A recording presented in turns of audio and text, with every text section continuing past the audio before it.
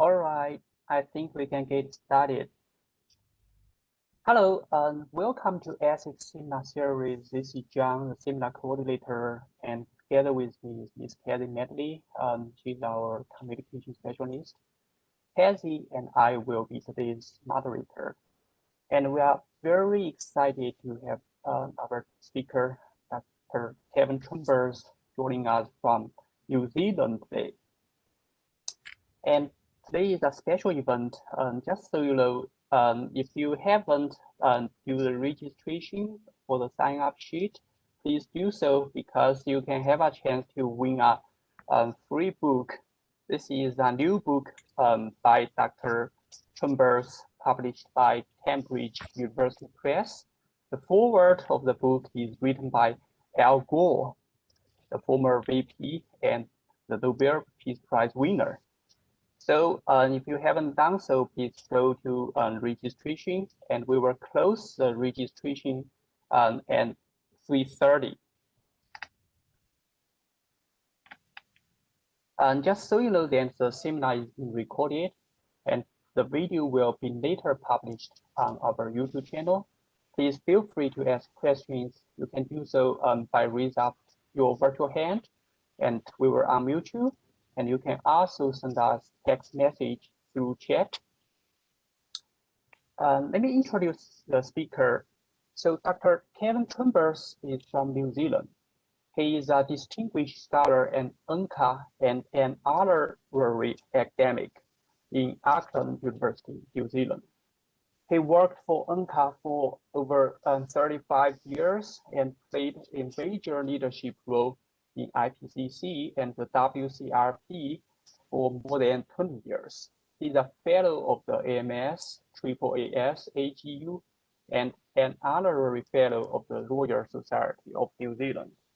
And he has received a number of awards from 1996 until 2019. He ranked the first in the number of highly cited papers out of some 220,000 published environmental scientists. And I'm honored to have the privilege to spoil some of the foreword written by Al Gore. I will read like 2 paragraphs as follows, and I quote: "The consequences of this extraordinary amount of additional heat energy are all around us, and they are spelled out in startling detail in the changing flow of energy through the climate system. The disruption of hydrological cycle, which is evaporating much more water vapor from the oceans to the sky, where the warmer air holds more of it, filling the atmospheric rivers, then fuel stronger storms and more extreme downpours and floods. We are seeing deeper and longer droughts, increased water stress, declining crops yields, the spread of tropical diseases, poor, refugee crisis, and the resulting political instability in several regions. Concurrently, the excessive pollution is contributing to the melting and fracturing of the cryosphere, accelerating sea level rise, threatening coastal cities and freshwater aquifers, and increased outgassing of both CO2 and methane from thawing permafrost in the Arctic. Kevin Trenberth is one of the world's premier climate scientists, and along with his colleagues, he has been warning us about this mounting crisis for decades. Kevin has the extraordinary ability to take the complicated scientific dynamics of global warming and communicate what's happening in a clear and compelling way. I have learned a great deal from him for many years, and I'm grateful for Kevin's patience as a teacher and his ability to convey complexity in simple and understandable language. He has taught me about quite a few of the intricate ways that we humans are disrupting the balance of important ecological systems. And I highly value the way it not only informs, but also motivates actions. That's very complimentary and informative forward. If you want to find out more, please go registration and you have a chance to win a book. You can also purchase a book, and the book is expected to come out in August. All right, I think I will hand over the floor to Dr. Trenberth. Dr. Trenberth, please proceed. All right. Well, good morning, everyone. I hope you can hear me loud and clear. It's morning here. I guess it's afternoon there, and you've been experiencing some weird and wonderful weather, I gather. I thought I'd tell you that it's 20 degrees here. That's 20 degrees Celsius, of course, 68 degrees. Sorry about that. All right, I'm going to see if I can get the screen on and share, and we will begin. All right, go to the start. So the topic today is the changing flow of energy through the climate system, which is the title of the book that is coming out. And it deals with the overall flows through the climate system and how they are changing. Firstly, I'm going to talk about them from a global perspective, and then I'll try and get down to more local aspects that really matter for everyone. So this is the, I don't know exactly what the cover of the book looks like. It's something like satellite picture on it, I understand, and this particular one is from November 5th, which is when I finished the book, and Hurricane Eta was in play down near the Yucatan Peninsula. The book has 18 chapters. It's got 128 figures and about 100K words. There's very few equations. The equations are in sidebars. The emphasis is on physical concepts and explaining why things are happening, and especially why extremes are changing around the world. And there's a lot in here about things like climate sensitivity and feedbacks and carbon emissions and all sorts of things. And today I'm just going to talk about the aspects related to the energy imbalance on mainly chapters 9 and 14. And so in dealing with the energy on Earth, we have to recognize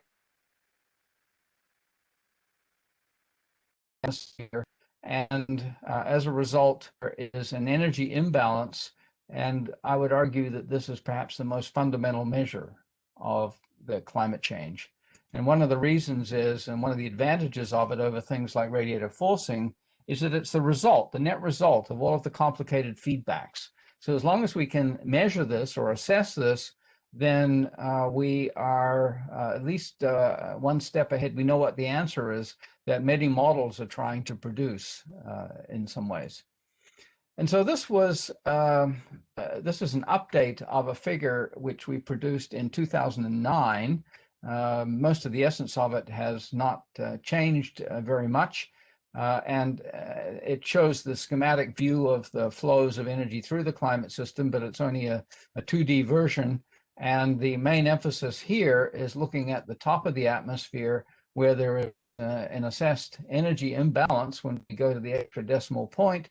And that carries through to the surface, and it's around about 0.9 watts per meter squared. That's what we assessed in 1990. And I think that's a pretty good number today, as it turns out. And so if we have 0.9 watts per meter squared energy imbalance, that's about 5 times 10 to the 12 watts, 500 terawatts. And for comparison, the global electricity generation in 2018 was about 5.7 terawatts. So that's about a factor of 90 less. And that suggests that, wow, the energy imbalance is actually large. It's really important. It's much larger than anything that we humans are doing with regard to things like energy and energy use. And it suggests also that the direct effects of humans are small, except locally, and this in terms of climate change. The second perspective on this is that the overall flow through the climate system difference between the scattered reflected and the incoming and related to the outgoing long wave radiation is about 240 watts per square meter. And so 0.9 is quite small compared with that. So you can't go outside and feel climate change. Instead, it has to accumulate, and it does in certain places. And so that's one of the things we're going to look at. And so where does that heat go? Well, these are the places that I've listed in the land and the ocean, the ice. The tricky part is the last part where it's involved in the hydrological cycle, changes the albedo of the planet, certainly moves energy around in that process. Probably about 93% of it ends up going into the ocean, and I've spent a lot of time in recent years focusing on trying to understand that aspect. So what happens if we have extra heat? Well, firstly, for the human body, we sweat. And this applies also to the planet Earth. The 70% of the planet is ocean, and therefore extra heat goes into evaporation, and some of it goes into heating.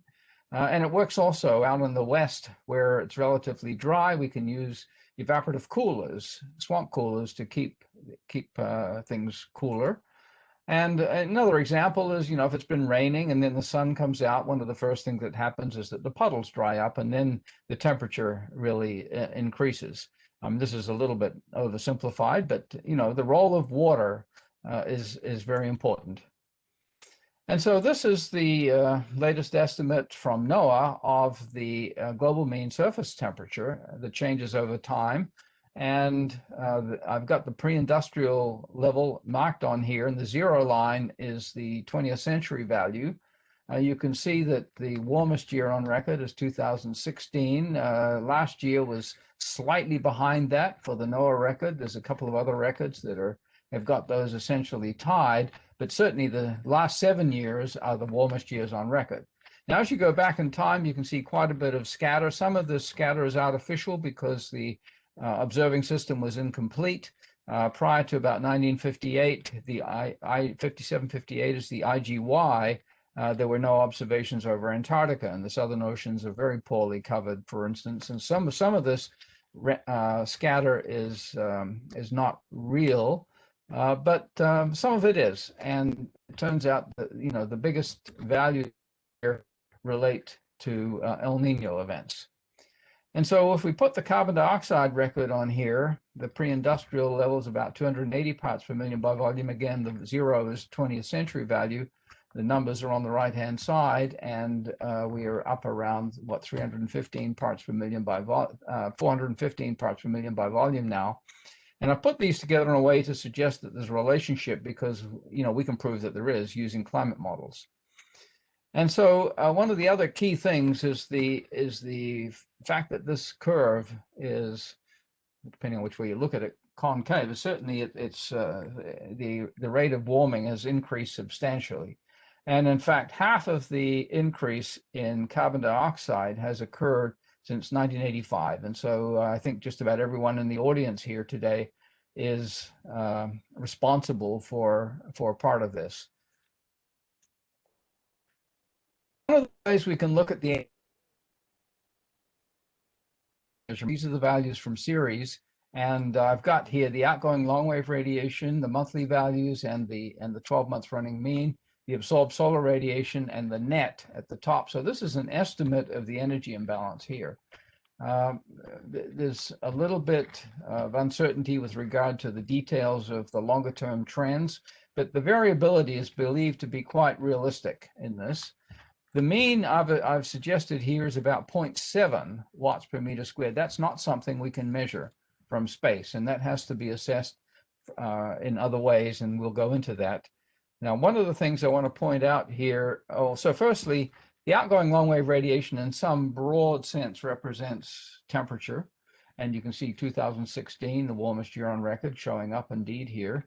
And then the changes in the absorbed solar radiation, the particular is the Arctic ice decrease and also less low cloud in part association with the PDO being positive after the end of the so-called hiatus in 2014.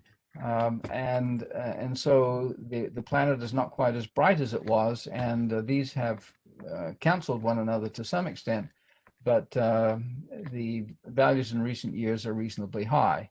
The other thing to notice, the standard deviations down the bottom here. Let's see, there it is. The monthly is 0.7 watts per meter squared. That's quite a lot, right? And that's related to weather, cloudiness, and radiation primarily. And then the 0.36 is the one we're going to focus on a little bit. That's the interannual variability, and a big part of that relates to ENSO, El Nino, Southern Oscillation. And so remember that number, because that's what we're going to try to account for. And so here's another view of the net radiation. And here I've put on the total solar radiance contributions to it. And you can see it's relatively small. The total range is about 0.15 watts per meter squared. But it sort of puts that in context. Notice if you take this as 0.7, that the values at the end here are 0.5 above that. So these are running around 1.2 watts per meter squared.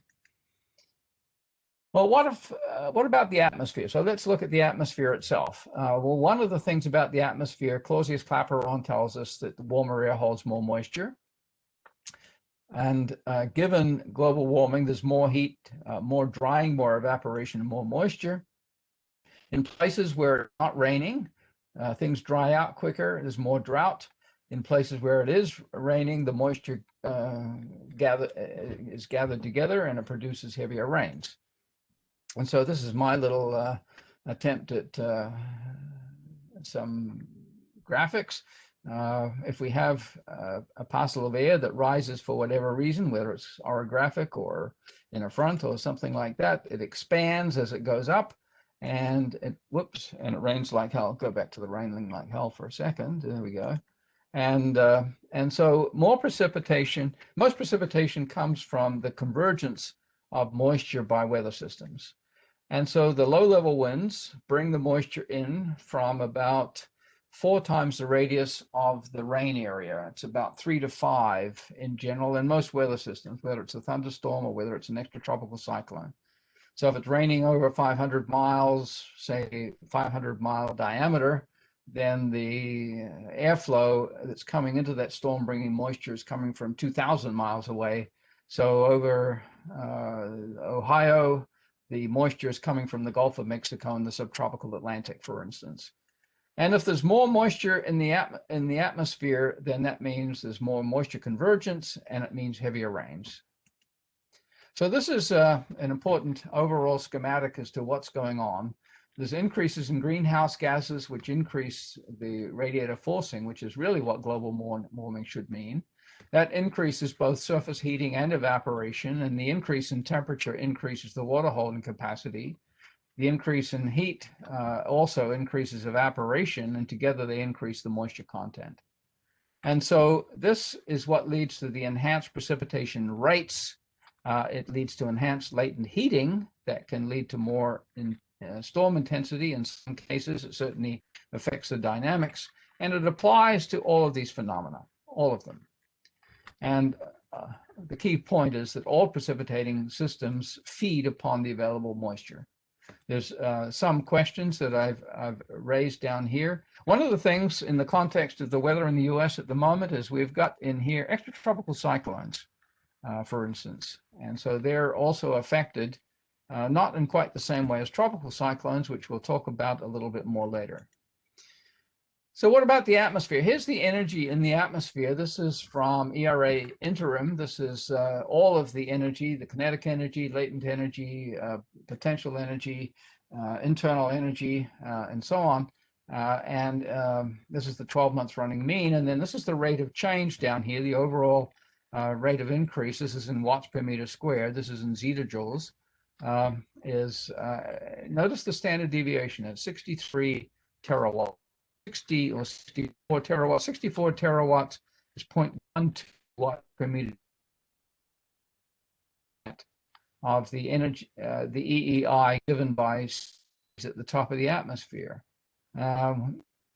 Since the energy goes through the atmosphere, you might say, well, why the difference? And of course, the main reason is that a lot of it comes directly through the atmosphere from radiation at the surface. And so that sort of highlights that the atmosphere is playing a modest role in that regard. You'll notice this is the La Nina, very cold conditions, especially in January of 2008. And then this is the El Nino showing up here. That's highlighting that aspect. Another place that the energy accumulates is in the melting of ice. There's lots of pictures of this nature. And Arctic sea ice has gone down by over 40%. But this is sea ice extent, and that's well known, reasonably well known. But this is not the volume. There are estimates of volume, mainly by the University of Washington through the Biomass project, but we're not quite sure how good they are, and we need the mass of all of the ice, and I'll talk about that in just a second. This is the study I've decided to focus on more because I have greater trust in it in some ways. This is Smith et al. In Science, giving numbers for Greenland, the East Antarctic ice sheet, the West Antarctic ice sheet, the Antarctic Peninsula, and Antarctica as a whole for floating and grounded ice. The floating doesn't affect sea level. Grounded, if it melts, it does. And I've put these in terms of terawatts here. And you can see they're relatively modest. This is a picture. And so in East Antarctica and the center of Greenland, there's increased snowfall that's at level of ice. And the main melting is around the edge, and the melting is in West Antarctica and the Antarctic Peninsula. So the total here is quite small in terms of watts per meter squared. But, well, one of the things I should say is that there are several different estimates of this. They come from altimetry, they come from lasers, and they come from modeling and the combinations of all of those. And it's amazing. There are a number of papers published in the literature, and the error bars don't even overlap. It's a really sad state of affairs, I have to say. And I think it's a real problem for editors that they have not even insisted that the differences among the different estimates are discussed adequately, because that's the situation at the current time. Here's an example of a major melt event in Greenland that occurred in 2019, which led to all kinds of dynamical events going on. But look at also Greenland, the darkness, which is one of the reasons that dust and so on Greenland is helping to cause it to melt. So what about land? Well, if land is wet, heat goes into evaporation, but in a drought, the heat accumulates. And so I mentioned this before. Now, if we have 0.9, 1 watt per meter squared over a month, and you accumulate it, that's the same as 720 watts per meter squared over 1 hour. 720 watts is the power of a small microwave oven. And so this is equivalent, the energy imbalance is equivalent to 1 microwave oven at full power every square foot for 6 minutes. No wonder things catch on fire. So this is the physical reason why wildfires around the world are increasing. This is a physical argument. So what land? And well, how is land changing? Land use and land cover change is major, as you can understand. Agriculture and pasture and wood harvest supposedly accounts for about 1/3 of CO2 emissions. There are changes through changes in albedo. This is the desert with crop circles in it. Irrigation plays a role. Forest has increased 7% globally for this period of time, it's estimated, but there are losses in the tropics and there are increases in the extratropics. And so the forest is taking up some of the carbon dioxide. Bare ground has increased by 3%. And the question is, can you put all of this together in a way that makes sense from an energy standpoint? And no one's done that properly yet. The surface signal, if you have a surface signal, it takes about 50 years to penetrate to 50 meters. So if there's a warming signal, then it penetrates slowly, but it can penetrate more rapidly if water is flowing through cracks and so on. So that's some of the physics of what's going on. The main measurements we have below the ground are from borehole temperatures, and there's a note down the bottom here that boreholes are used for all sorts of purposes, but none of them are used for monitoring climate. And so they're heavily biased as to where they're located, and I don't think the assessments of borehole warming has been done very well so far. But the recent assessment is that it's giving rise to about 10 to 12 terawatts of warming over the land as a whole. And there's also a component from thawing of permafrost, which I haven't put a slide in for, but there's an estimate of that. One of the key things, change in water on land, which has increased. This is reservoirs, and also the water in the reservoirs has increased its heat. And so this is about 0.9 terawatts as an estimate.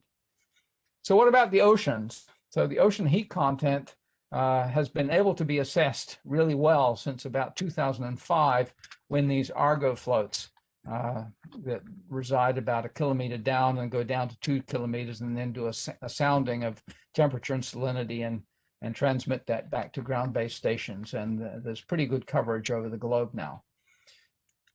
And so I've worked with Li-Jing Cheng. We've published a number of papers together. This is from a paper in 2020 showing the warming of the oceans. So there's a cross-section here of the Pacific, the Atlantic, the Indian, and then the Southern Ocean. Southern oceans are warming at considerable depth.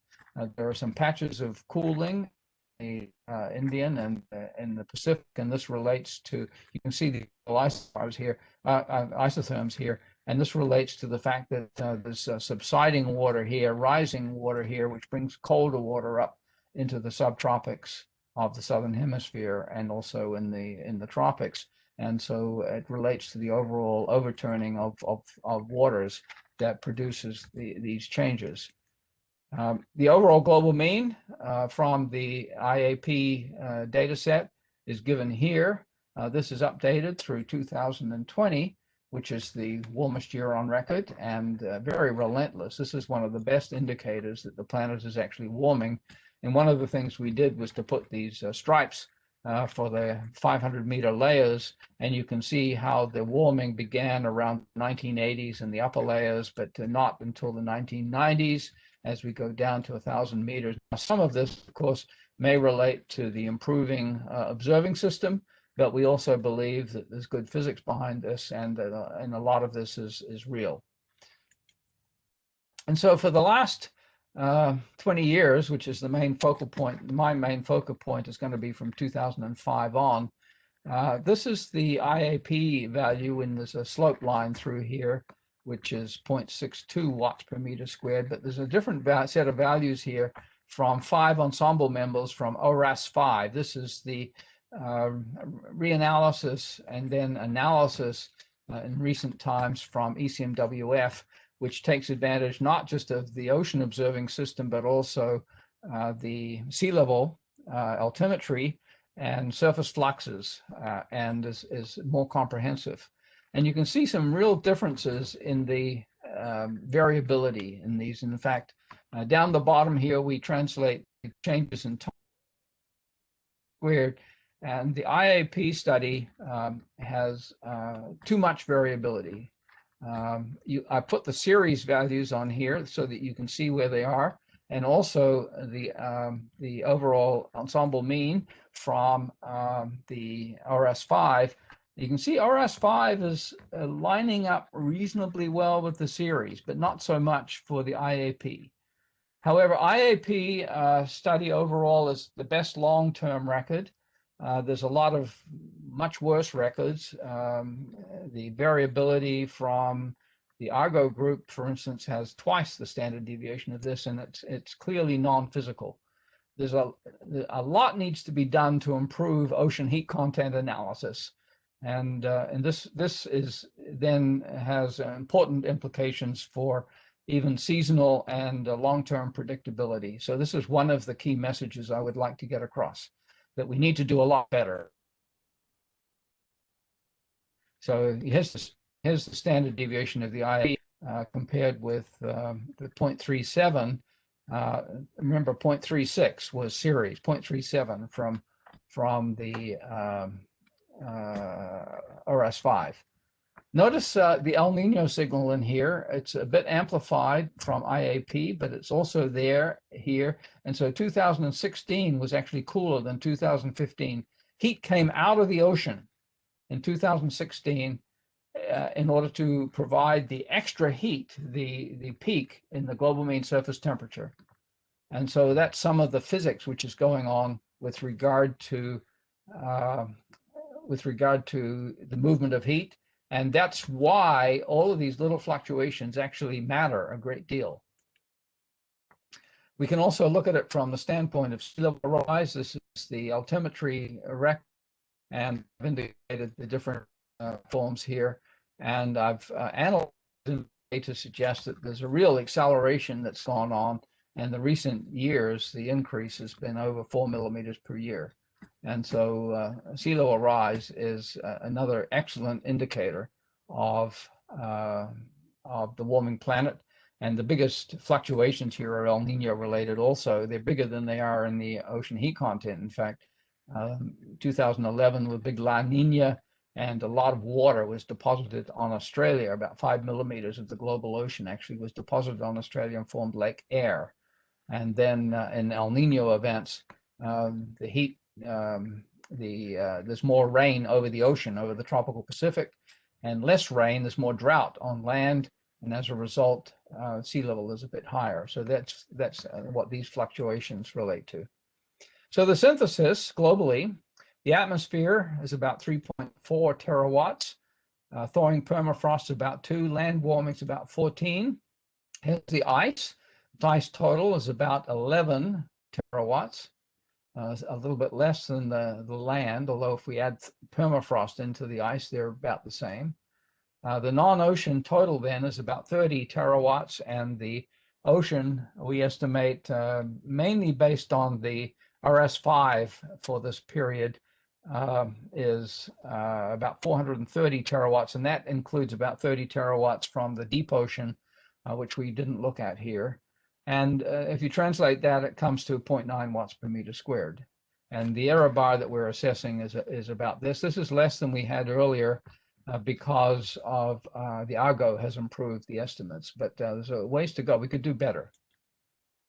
So regional manifestations of this then. So dramatic of the coming at the top of the atmosphere, all the stuff that goes on in the atmosphere and the atmospheric transports of energy, which relate to the diabatic heating and the latent heating component. And this relates to the radiation at the top of the atmosphere and the surface flux. The surface flux is given by the sensible heat, latent energy, and the radiation. There's also an enthalpy component related to rainfall. And what's going on in the ocean. Here I've got a tendency term. There's a tendency term up here, of course, but it's small. The tendency term and the surface flux. And so we're going to look at, we've been looking at these kind of things rather hard. So here's our estimate of the surface flux from 2016. It's been updated to 2018. And you know, we think this is pretty good. We reckon the estimates are better than 10 watts per meter squared over 1,000 kilometers. And there's a lot of very interesting and features. This is actually what it looked like from the ensemble mean of the earlier CESM model. That has some problems with the cold tongue being too extensive here, but you can find all of these features here. And notice all of the structure down over the southern oceans is related to topography. So this is the Campbell Plateau, southeast of New Zealand, for instance. And so this, we have a lot more confidence in this than you can get out of surface flux products. And so what it means is that heat's going into the ocean where it's blue, and it's coming out where it's red, and therefore there has to be a transport of heat, of energy, and in the ocean it is heat, from the blue areas to the red areas. And this, of course, is mainly a wintertime signal off the east coast of continents, very large, and we can look at the seasonal to go into that. But you can see that the Arctic heat's coming out of the ocean, and in the North Atlantic, and in fact, the tropical Atlantic isn't blue enough to compensate for that. And so some of this heat has to be compensated for by heat being transported into the Atlantic. And so the overall estimates, this is the top of the atmosphere, transports, meridional heat transports. This is the atmosphere from reanalyses. This is the ocean as a residual, and then this is the ocean, the same values here, but now we can break it up by looking at the ocean heat content and so on in the different ocean components. And here I have not considered the Indonesian through flow. We've got a separate figure where that is considered, and there's best part of a petawatt that actually flows through there. And so the Pacific and Indian are not regards, but over the Southern Ocean, the blue curve is what's mapped, because these are all mixed up with the Antarctic circumpolar current. And so one of the things we've been able to do now is to produce annual cycles of these. This is the global annual cycle.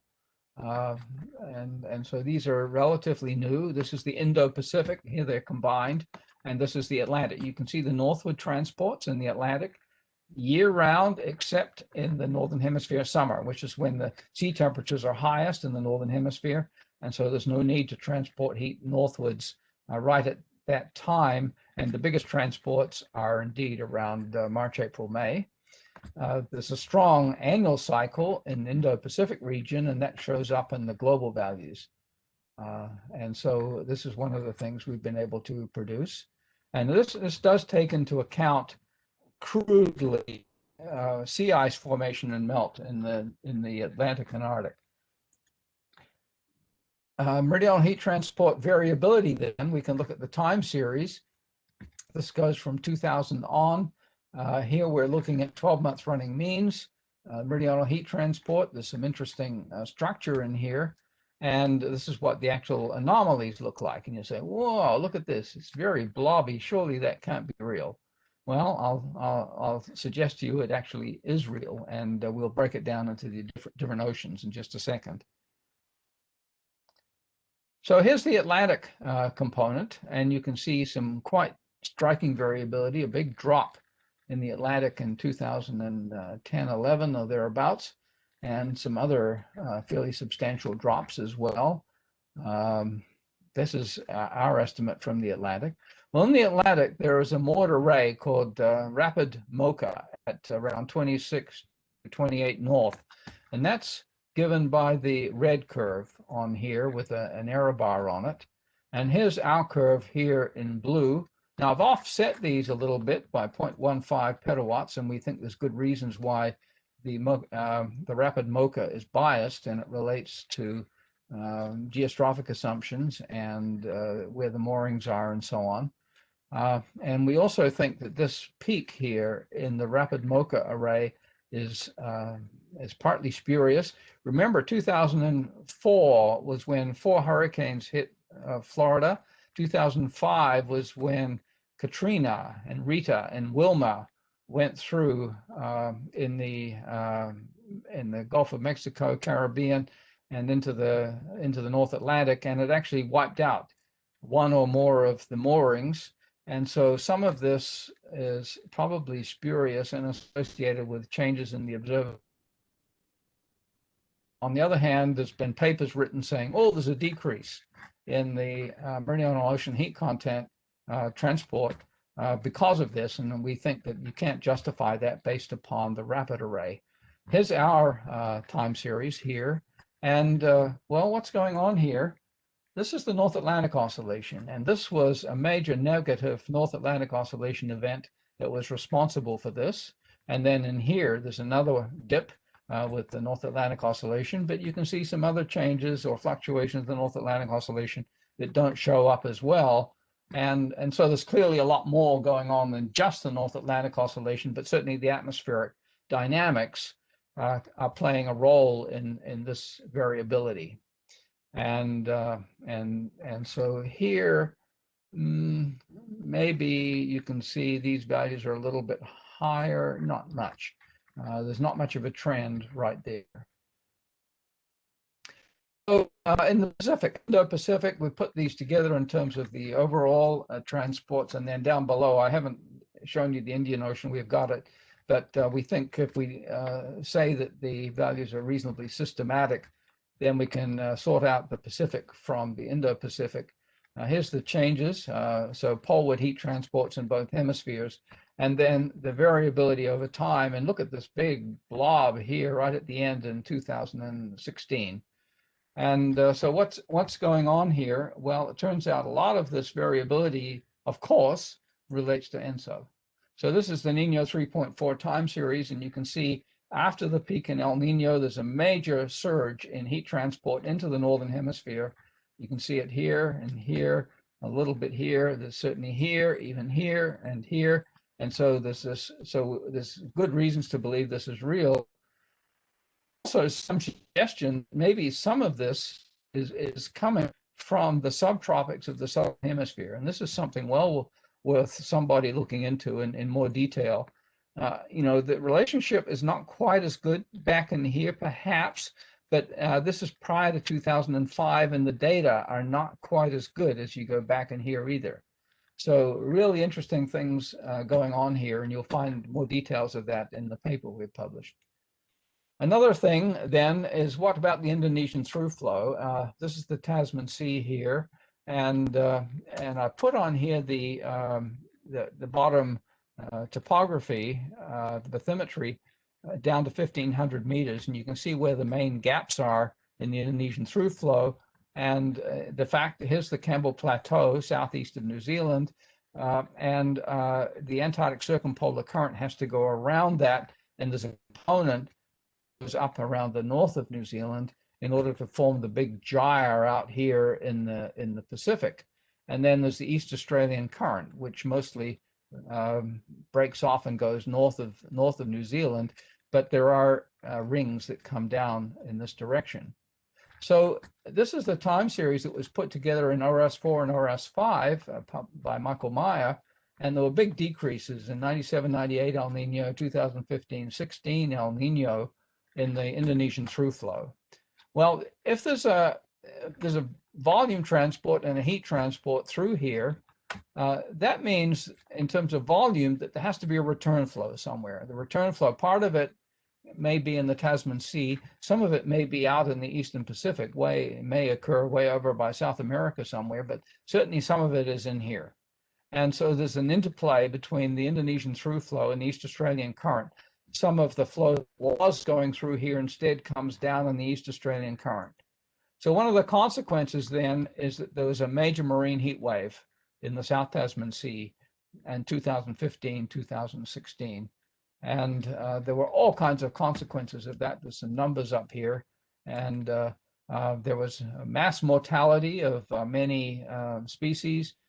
There was also many new species that were observed in the region that have never been seen before. And I've got a note here. Surfers were even affected. You could go surfing in Hobart, for heaven's sakes. Other marine consequences, well, of course, the best well-known one is the blob in the North Pacific. So these relate to the fact that the ocean is warming up. Ocean heat content is increasing. Where the hot spots occur has a large natural variability component or a weather component to it, but they're increasing around now. And the major in cod in 2016-17 estimates and other species have been lost in the North Pacific. Another consequence of a hotspot is the Gulf of Mexico. This is what it looked like in the first part of August in 2017, sea surface temperatures. And this is the first part of September. This is the difference between them. And so it cooled off quite a lot between them. Well, why did it do that? Well, it's related to hurricanes, and in particular, Harvey occurred in here. And in fact, you can also see the track of Irma coming right up through here. And so, here's some statistics from Harvey. This was the one that produced tremendous rainfalls, over 60 inches in places, and a tremendous amount of damage. Damages have been estimated by various means. NOAA has a very conservative, more like 1 billion, but there are other estimates that put it much higher. And so in terms of ocean heat content, this is what it looked like. This was the hotspot that occurred before Harvey. I've got the Harvey track on here, and then this is after Harvey, and then this is the difference.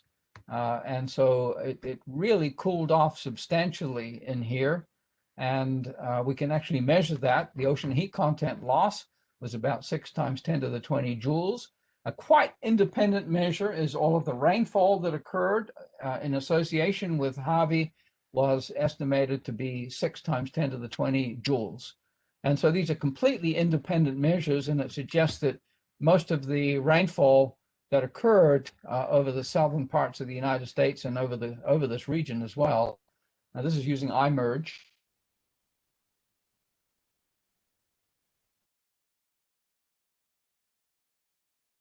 It's quite rare, actually. Usually a hurricane comes in from larger regions.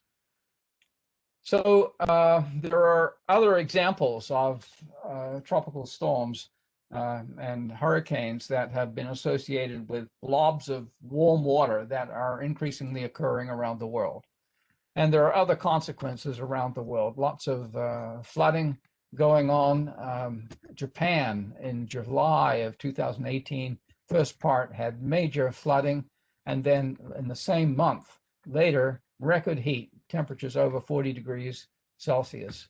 You know, at that time, this was the worst year on record for wildfires in California, and also wildfires in Brazil, in the Amazon.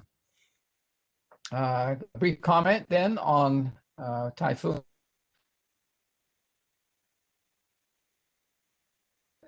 that got stuck off of the Carolinas in 2018, and that was the warm spot in 2018.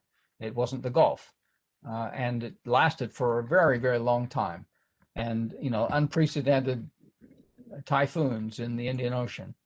So hurricanes are natural. This is the question, answer to the question. Yes, hurricanes are natural, but they're supersized, and my conclusion is that the events would not have occurred in this way they did without the human-induced climate change.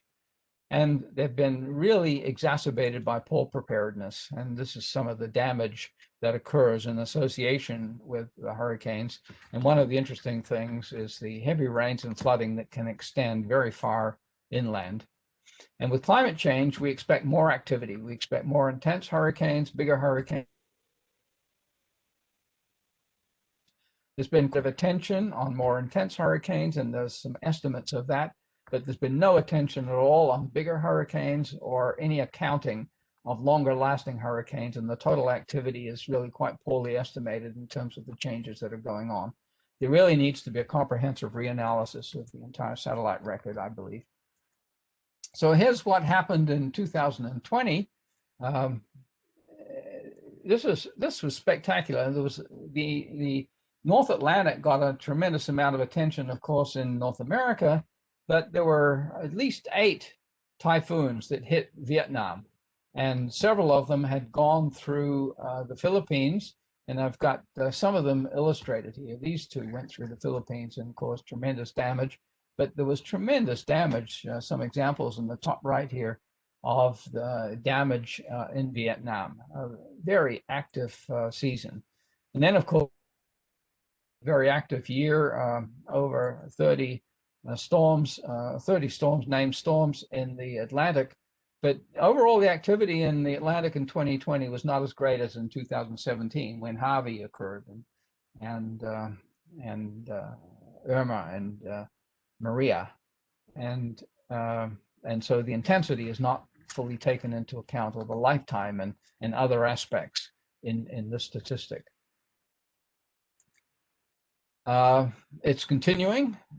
This is a picture showing La Nina and the South Pacific Convergence Zone, and this storm. This is sort of before, day before. Here's the Fijian Islands down here, and then here's the Fijian Islands with the eye of the storm, Yasa, right between them with tremendous damage that occurred all throughout these islands. Just devastating. And of course, nearby there was wildfires. We're downstream here in New Zealand, and we had 2 days with tremendous smoke plumes all the way from the east coast of the bushfires in Australia that occurred in that particular year. This year, of course, it's been quite wet because it's a La Nina year. So these are all consequences, regional consequences of the energy imbalance. Wildfires in California, you've seen that, and in Colorado, where I used to live, in Boulder, they had several examples of similar kind of thing being covered by a veil of wildfires. And here's some numbers also with regard to the there's been quite a number of reports about fossil fuels being at record low levels because of the COVID-19. But in actual fact, carbon dioxide emissions into the atmosphere were right on pace, and the drop in the fossil fuels was compensated for by wildfires and bushfires in Australia. And the carbon dioxide has continued to increase at the same rate as it did in the previous 4 years. Costs of climate change. The climate change is happening. It's caused by human activities, and there have been many estimates of costs. NOAA has estimates of damage. I think they're often underestimates in various ways. But the thing is the extreme nonlinearity. Things break, or there is a flood, or things burn and people die, and so instead of the damage was over $100 billion because of poor preparation and poor drainage systems. And I think there's a good case to be made. I've talked with some economists about this. They're inclined to agree that the real cost of climate change is grossly underestimated by economists. And this is what I call the straw that breaks the camel's back syndrome.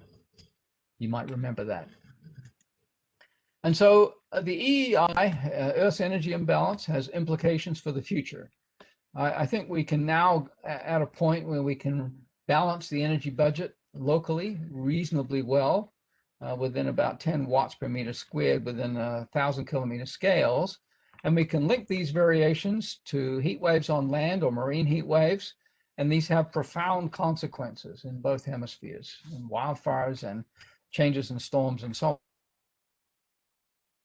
It's in new information. In other words, there's a lot of information in the coupled system that's not being utilized in many analyses, and this applies especially in the analyses of ocean heat content. Good heavens, some of the analyses are just not utilizing much of the available information, and we could and should do much better. So this can constrain many data sets, and it can be used to constrain models. And this has not been done adequately at this point either. And so some recommendations. The EEI does vary, and it varies with clouds. It's quite easy to have the weather doing weird things and generating a lot of cloud, and the EEI drops, and then a month later it goes in the other direction, and there's a lot of noise in the EEI. It varies about 1/10 of a watt per meter squared with ENSO. Well enough, the ocean heat content can be done much better, or it could be done much better. The land is largely unknown. There's really not good time series at all.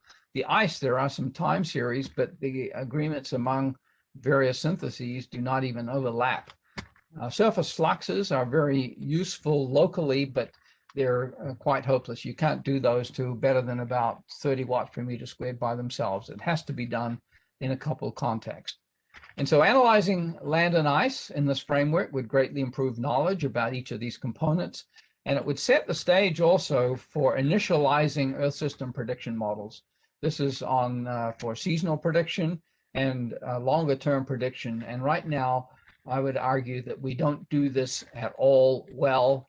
and models must improve, and using this framework provides a way. So there's a lot of suggestions here for early career scientists on possible projects and ways forward, and my contact information. And now I'm happy to take any questions. Thank you.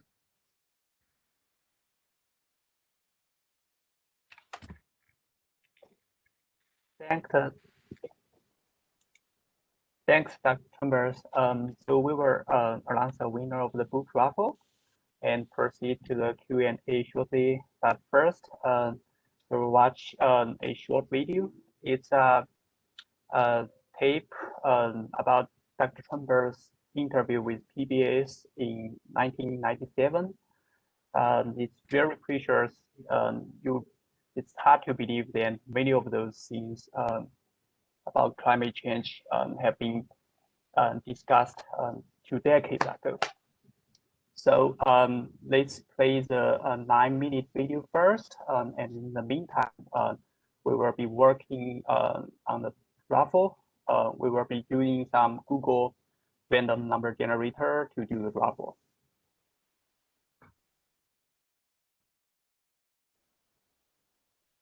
And Kathy, can you give me the ball for presentation? Sorry about that, John.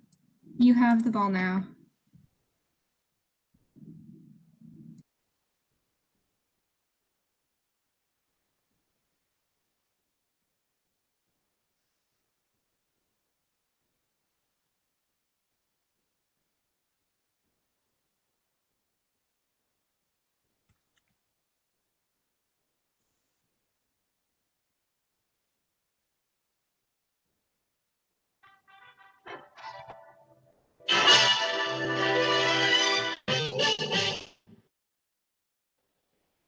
Has the global warming story.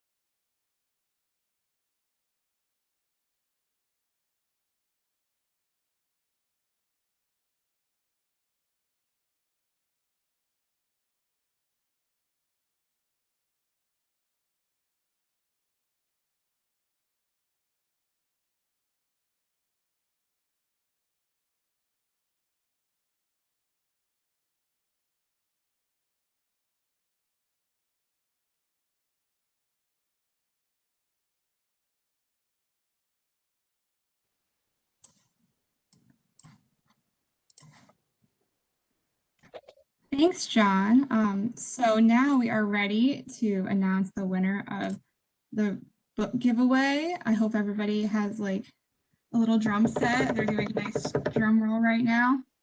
It's going to be a little anticlimactic when I announce it. So the winner is Sha Feng from PNNL. Sha, I see that you are here. You're free to say something if you want. I will email you and get your information. The book will be emailed by Cambridge University Press. Everybody else is free to purchase the book when it comes out later this year. Well, thank you for everybody for signing up for the raffle. So we can go to your questions segments. And just as a reminder, anybody who has a question, they can raise their virtual hand, which is available if you open the participants panel. Or you can chat your question to me if you don't have a microphone. We already have a question from Dr. Lau. So Dr. Lau, I'm going to unmute you now. Hello, hi, Kevin. Nice talk. So you talked quite a lot about the energy flow and the regional climate change in the Pacific and the Atlantic region with respect to change in the ocean. So what about the sector over the Indian Ocean, the Asian monsoon, and the African monsoon? Would you say something about what is happening over those regions? Yeah. Hi, Bill. How are you? Yeah, thanks for coming. You know,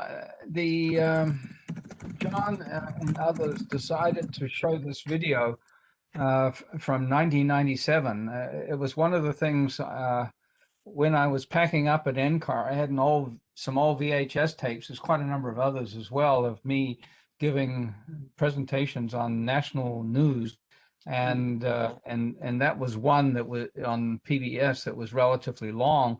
And when I watched it, I found it to be quite depressing because a lot of the things that was saying then are exactly the same as the things we're saying now. And so in terms of the Indian Ocean and in the monsoon regions, of course, the water cycle becomes extremely important there. And the whole changes in character of precipitation, the changes in the monsoon circulation become important. And there's, the best evidence suggests that the circulation may actually weaken slightly as we go into the future. And that's because the amount of moisture in the atmosphere means that you get more bang for your buck, so to speak. You get more rain for a given amount of vertical motion. For a given amount of circulation, you get more rain than you used to. But that exacerbates the risk of flooding. And so there have been examples of that, of course. And the other thing in the Indian Ocean has been the increase in the number of tropical cyclones that have sprouted up in recent times. One of the wonderful things in the northern parts of India and parts of Pakistan is that they have developed warning systems that have enabled evacuations to occur. And it really ought to be a good lesson, actually, for places like Houston and the southern parts of the United States, that they have been much better able to cope with some of the problems that have occurred in some of the tropical cyclones in recent times. So this is where information has proven to be remarkably good. And in previous years there's been over 1,000 people have lost their lives. In recent times it's only been a score or so, and so warning systems can help enormously. And further developments with regard to saving the water from the time when you've got too much for the times when you don't have. In India in particular, are taking a lot of groundwater out of the ground in a non-sustainable way, and so somehow being able to put that water back and store it for times when you do need it is going to be a big issue there, I think. Okay. What about Africa? African region. They have desert. Is the desert expanding? Or there's a signal of that too, isn't it? Yeah, I mean, you probably know as much about that as I do. The changes there are, there's certainly regional changes, and sometimes it's hard to sort out how much of it's natural variability and how much of it's climate change. But certainly the dry spells have been major problems in Africa and East Africa. And then the wet spells have been wetter, and there's outbreaks of all kinds of disease, dengue fever and others, mosquito outbreaks, malaria, and so on in association with this in tropical regions of Africa. Again, warning system, information systems can be helpful, but Africa is an area that is probably suffering some of the consequences of the increases in greenhouse gases that have not been caused from Africa. They're victims in that sense. Okay, thank you. Thanks, Dr. Lau. We do have a request from the attendees. Dr. Trenberth, are you willing to share your slides publicly? I can do that. It's not easy. They're currently around 69 megabytes. If you go to my website, which is maybe you can see that on the screen a little bit there. There is a place where I have a number of PowerPoint presentations that from past talks that have been posted. Not that many, but what I will try to do is to get a reduced version of this. I may have to degrade some of the graphics, and I'll ask the people at NCAR to post it on my website. And maybe that's the best way we can do this. And then it'll be available not only to the people that are listening now, but to others. That sounds good. And we can link your website to the seminar site so everybody will be able to access it. So we do have a text question from Dr. Lee. I'll read that out loud. He says, great talk. Why does imbalance exist? By the basic physics law, the Earth can get rid of extra heat by warming up or by increasing cloud to reach a new equilibrium. We must be in the midst of adjustment. If so, how long this may last? It cannot last forever. Yes, and so indeed the atmosphere can respond quite quickly. The land can respond reasonably quickly, but there is a gradual penetration of heat into the land. And the real problem is, well, in some ways it's a salvation. The oceans are taking up quite a lot of the heat. In terms of the increase in temperature in the oceans, it's quite small. It's only tenths of degrees Celsius. And in fact, down at 100 meters, you're measuring it more in hundreds of a degree Celsius. And so the change in the outgoing long-wave radiation is nowhere near sufficient to compensate for the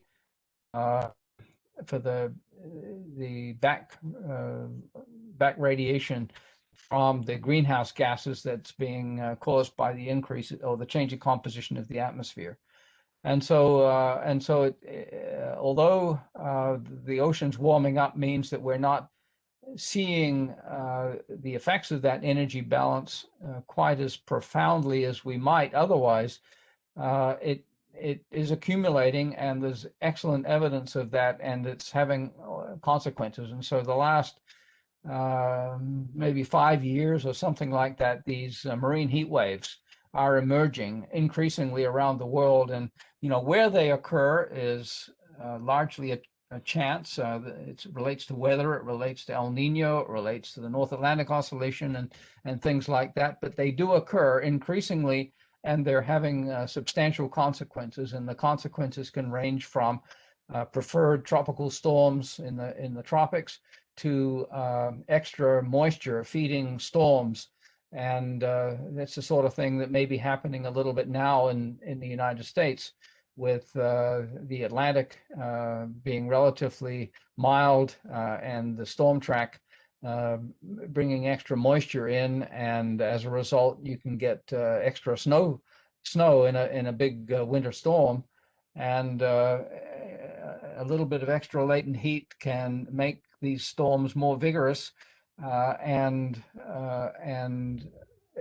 the consequences are greater than they used to be. And so this is sometimes referred to as what is it?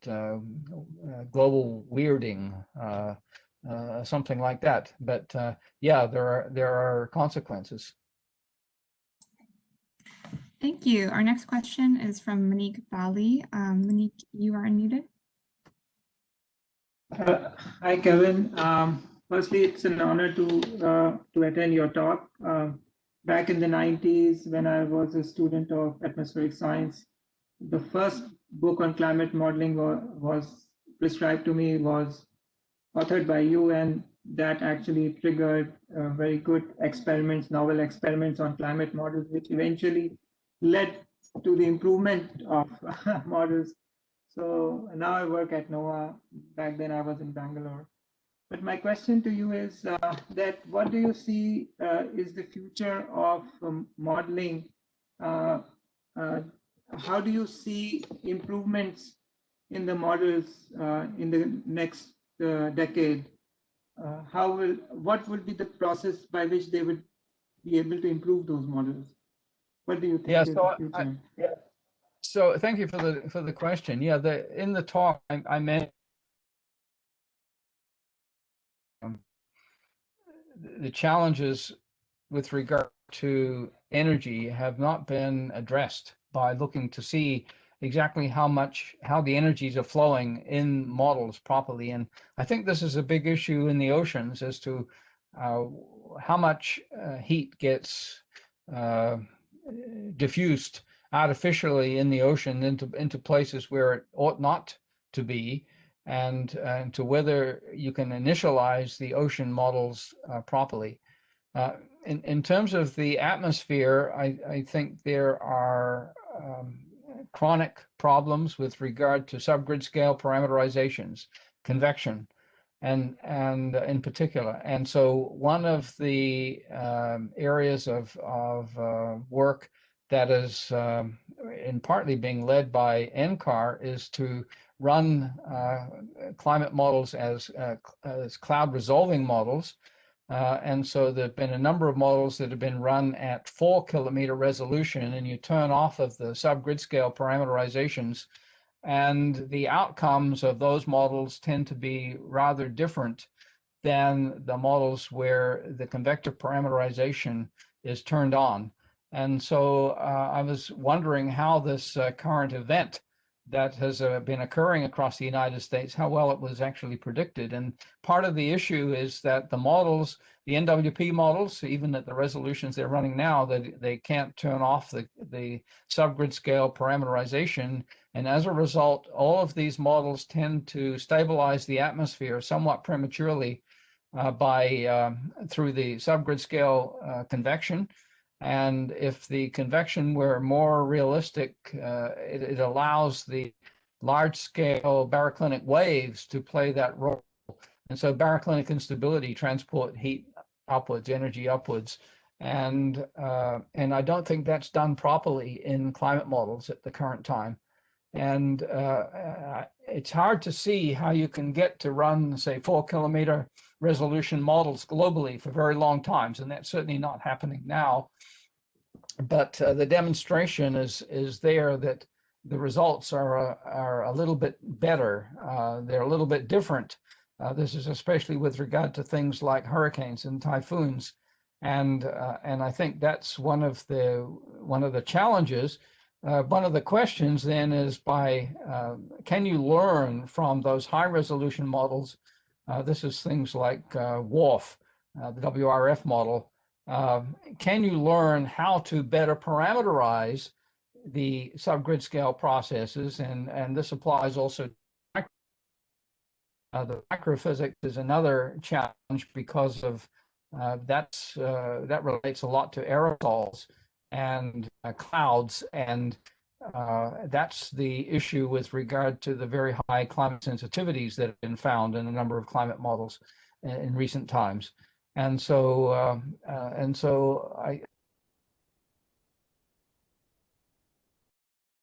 and whether we can do that, because I'm not sure we can afford to run models at 4 kilometer resolution for climate purposes. I see. Thanks a lot. Yeah.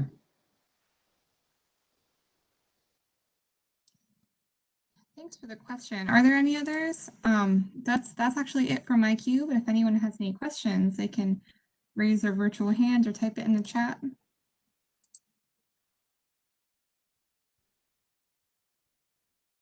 Oh, here we go. Here's one from Devanjana Das. I'm so sorry if I mispronounced you, but you're unmuted now. Hi, Kevin. It was a wonderful talk.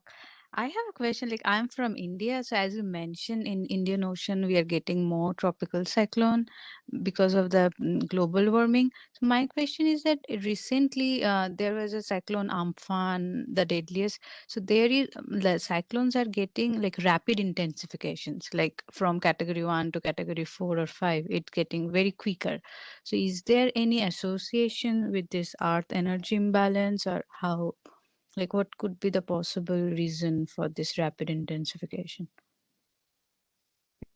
Main reason is very likely related to the water vapor content of the atmosphere, and the fact that in general in the Indian Ocean, the precipitable water, the amount of the total specific humidity has gone up, and the precipitable water has gone up by 10 to 15% probably. And so as these storms begin to develop, they reach out and grab that available moisture, bring it into the storm, and then suddenly there's an extra boost from the latent heat release, and the storms intensify more rapidly than they otherwise would have. So one of the things to try and keep track of is indeed the water vapor in the atmosphere, and what the potential is for that. And as I suggested in the case of Harvey, some of the copious rainfalls that result are a direct consequence of that as well. And so it has that kind of information also pays off in terms of properly assessing the flood risk. So you're saying the rapid intensification mostly due to the excess amount of precipitable water and the humidity, increased humidity over the Indian Ocean in recent decades? Yes. So if there's a 10% increase in humidity, which is probably a reasonable number to think about, the storm initially is seeing a 10% increase in moisture.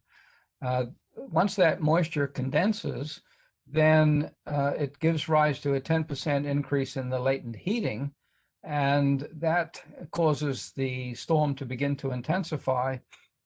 And that intensification means that the storm then brings in even more moisture, and so you end up not just getting a 10% shot, but you can end up getting a 20% shot. And then given that, the storm can also maybe even last longer. And there's been quite a number of studies now which suggest that the overall increase in rainfall associated with the tropical storm systems is closer to something like 30%. So even though the environment may be only increasing by 5 to 15%, you're getting an amplification factor because of the dynamics of the storm. And so this is very likely a factor in those storms, and may have been a factor in some of what's just happened in the U.S. Thank you. That's really helpful.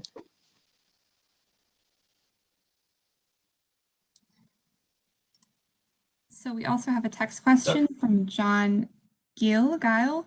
It's, what's the highest CO2 mixing ratio in the atmosphere that the Earth can sustain and not have disastrous effects? Yeah, John Gilly, a buddy of mine from NCAR. John is now retired as well. Hi, John. And thanks for the question. Yeah, I mean, we're already seeing effects, right? And so we've got a 40% increase in carbon dioxide. The projections are that,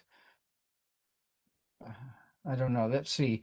The projections are that carbon dioxide will likely double from pre-industrial levels in the 2050s. There are some estimates that put that a little sooner. And of course, the Paris Agreement suggests that we should try to avoid that, because that's what is associated with the 2-degree increase in the global mean surface temperature. And it's not just the 2-degree global increase in global mean surface temperature that matters. It's all the things that go along with that, related to the increases in the moisture content in the atmosphere, the changes in storms, the degree of storminess, the intensity of the storms, the risk of flooding, and then in other places, the longer dry spells in between times. So you have a more intense storm, it relieves the atmosphere of its instability, and then you're apt to have a longer dry spell. And so managing water becomes a major issue, and it's already a substantial issue.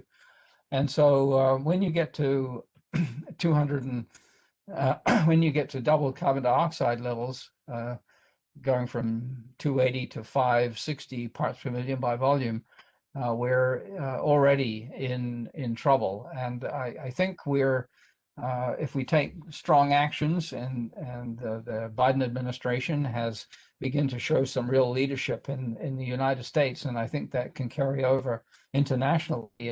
And there's a number of countries that get to net is highly desirable. I very much doubt they will exactly, or it depends on how you count. And there's real prospects of lowering the rate of emissions into the atmosphere. However, I would take a bet that we will pass doubling of carbon dioxide before 2100, and we may be able to delay it from say 2055 to 2085 or something like that. And it's a highly desirable thing to do, as it turns out, because it gives us a lot more time to develop adaptation procedures. And a slow series of changes is highly desirable. And if we can stop it altogether, so much the better. But that may relate to developments of new technology. So I'm not sure if I'm quite answering the question. Certainly, values of carbon dioxide in the more distant past, in the deep past, have been a lot higher, and the world has been very different as well, and the amount of ice around the world has been very different. And one of the prospects with the warming is that ice will continue to melt and sea level will continue to increase, jeopardizing all of the coastal regions. Thanks. We also have an audio question from Howard Diamond. Howard, you're unmuted. Hi, Kevin. Great presentation, great seminar. I just wanted to go back to the previous question, or two questions before, about the hurricane intensification, that in addition to the precipitable water, folks like Jim Cosson and Kerry Emanuel are also finding that the warming is also tending to slow down the steering currents for these hurricanes. So particularly with Harvey, not only was there a lot more water vapor available, but the storms basically crawled along because the steering currents had basically shut down. And they're finding that also in other intensifications, the storms are staying over warmer waters a lot longer. Yeah, that's interesting research, and there may be some element of that. Certainly, the Harvey and Florence hung around for very long times and produced prodigious amounts of rain as a consequence. I've looked at Jim Cosson's research, though, and I'm a bit less convinced that he's got it quite right. And partly it relates to the seasonality of these storms, and the fact that lies and my understanding of how these storms function is that the the predominant steering of the storms is largely a function of the synoptic situation. So it depends on where the jet stream is, where the cyclones and anticyclones are, and certainly the biggest risk of slow storms is in the deep summer and in the deep tropics, where the steering currents are very weak in the first place. Part of the result that Jim Cosson got is a consequence of the fact that we've had a couple of storms that have certainly been of that character, and you know, we'll need to worry about it a bit, but I'm not sure that's the more robust thing with regard to tropical storms. The tropical storms are still predominantly backed by the synoptic situation, and there's a large random component attached to that. I think the more robust findings relate to the increases in activity, and that relates to the increases in intensity, the potential for bigger size, for longer lasting, and in some cases for larger numbers of storms, which seems to be what happened in 2020 in the Atlantic. But in general, a lot of the models suggest that there's more likely to be fewer storms because there is a stabilization of the atmosphere by increases in carbon dioxide overall. It's far from clear how. Right. Fewer storms, but more intense in general is what they're calling for in the models, isn't that yes. Right? And that in part, that's part of the challenge also with regard to subgrid scale parameterization. There's a trade-off between how much vertical heat, how much heat is transported vertically by the subgrid scale mixing by the convection versus the tropical storm itself. And certainly tropical storms stabilize the atmosphere, and so they have an impact on the larger environment as well. But the models may not do it quite right. Certainly, the global scale models don't do it quite right because of the subgrid scale parameterizations. But the tracks, I've still got an open question about how much of that is robust. Okay, thank you.